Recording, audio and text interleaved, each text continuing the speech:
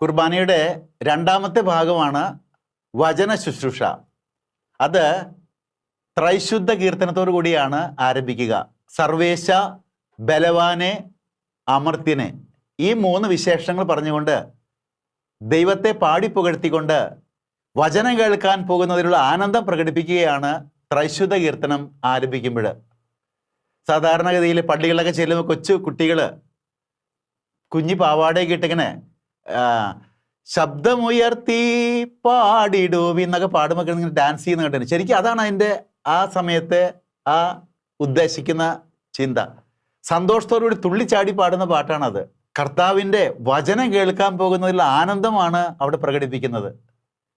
അത് കഴിഞ്ഞാൽ നമ്മൾ വചനം വായിക്കുമ്പോൾ 4 വായനകളാണുള്ളത്.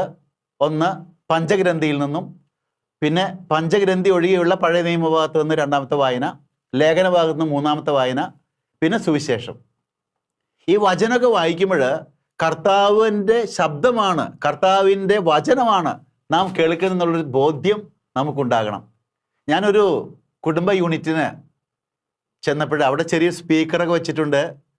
ഒരു വീട്ടിൽ അതിൻ്റെ ഒരു ബോക്സ് ആ മുറിയുടെ മൂലയ്ക്ക് വെച്ചിട്ടുണ്ട്. ഒരു കൊച്ചുകുട്ടി, കുഞ്ഞു കൊച്ച് ആ സ്പീക്കറിൻ്റെ അടുത്ത് പോയിരിക്കും ചെവി വെച്ചിട്ട്. ആ കുട്ടിയുടെ അപ്പനാണ് ആ യൂണിറ്റിലെ ട്രഷറർ. അദ്ദേഹം വന്ന് മൈക്രോഫോൺ എടുത്ത് കണക്ക് വായിച്ചുകൊണ്ടിരിക്കുമ്പോൾ ഞാൻ നോക്കി ആ കൊച്ചുകുട്ടി സ്പീക്കറിൽ കൂടെ വരുന്ന സൗണ്ട് കേട്ടിട്ട് അവളെ ഇരുന്ന് ഒന്നുകാലം തുള്ളിച്ചാടി ചിരിച്ചുകൊണ്ടിരിക്കുന്നു. കാരണം അപ്പൻ്റെ ആ സൗണ്ട് കേൾക്കുമ്പോൾ സന്തോഷം. വാസ്തവത്തിൽ കർത്താവിൻ്റെ വചനം കുർബാനയിൽ വായിച്ച് കേൾക്കുമ്പോൾ ആ കുഞ്ഞു കൊച്ചിനുള്ള സന്തോഷം നമുക്കുണ്ടാകണം. എൻ്റെ അപ്പൻ്റെ വചനമാണ് ഞാൻ കേട്ടുകൊണ്ടിരിക്കുന്നത്. അങ്ങനെ ഉണ്ടോ നമുക്ക് എന്നുള്ള ചിന്തിക്കാൻ വേണ്ടിയിട്ടാണ് ഞാൻ ഈ ഒരു കാര്യം ഇവിടെ സൂചിപ്പിച്ചത്.